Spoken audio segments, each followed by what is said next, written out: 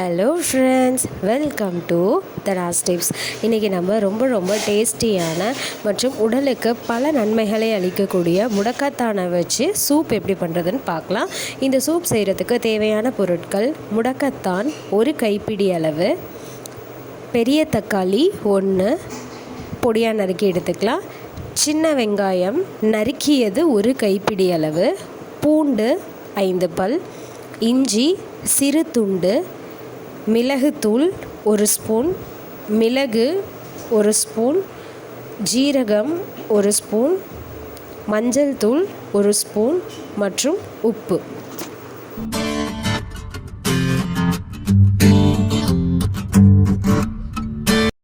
ஒரு பாத்திரத்தில் 2 டம்ளர் தண்ணி விட்டு தண்ணியை நல்லா கொதிக்க வச்சு எடுத்துக்கலாம். இப்போ பார்த்திங்கன்னா தண்ணி நல்லா கொதிக்க ஆரம்பிச்சிருச்சு. இப்போ இதில் நம்ம இஞ்சி, பூண்டு பற்கள், வெங்காயம், தக்காளி, மஞ்சள் தூள், முடக்கத்தான் கீரை இது எல்லாத்தையும் சேர்த்துட்டு, இது கூட மிளகையும் ஜீரகத்தையும் இடித்து இதில் சேர்த்துக்கலாம்.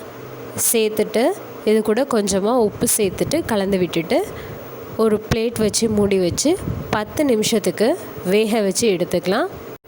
முடக்கத்தான் கீரை பார்த்திங்கன்னா மூட்டு வலி, வாத நோய் இந்த மாதிரியான பிரச்சனைகளை சரி செய்ய உதவும். அது மட்டும் இல்லாமல் சளி, இருமல், காது வலி இந்த மாதிரியான பிரச்சனைகளை போக்குறதுக்கும் இது உதவி செய்யுது. ஜலதோஷத்தினால வர தலைவலிக்கு முடக்கத்தான் இலையை நல்லா கசக்கி வெந்நீரில் போட்டு ஆவி பிடிச்சிட்டு வந்தோன்னா தலைவலி சரியாகும்.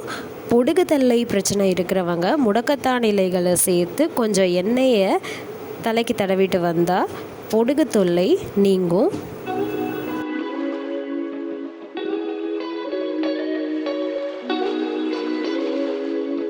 பத்து நிமிஷம் ஆயிடுச்சு. இப்போ இது நல்லா வெந்துருச்சு. இப்போ அதை நம்ம கடாயிலிருந்து எடுத்து வடிகட்டி எடுத்துடலாம்.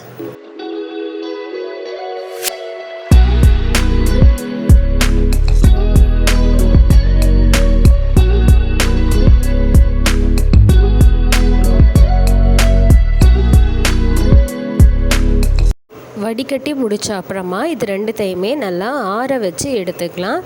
இது நல்லா ஆறி முடித்த பிறகு இந்த கீரையை அரைச்சி எடுத்துக்கலாம். இப்போ பார்த்திங்கன்னா அரைச்சி எடுத்தாச்சு. இதை நம்ம வடிகட்டி வச்சுருந்த அந்த தண்ணியோடு சேர்த்து நல்லா கலந்து விட்டுக்கலாம்.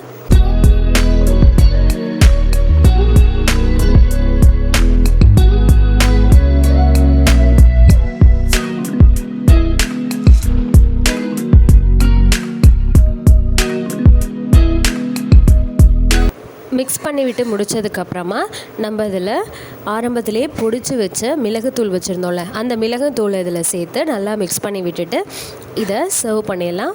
டேஸ்டியான மற்றும் உடலுக்கு பல நன்மைகளை அளிக்கக்கூடிய முடக்கத்தான் சூப் தயாராகிடுச்சு.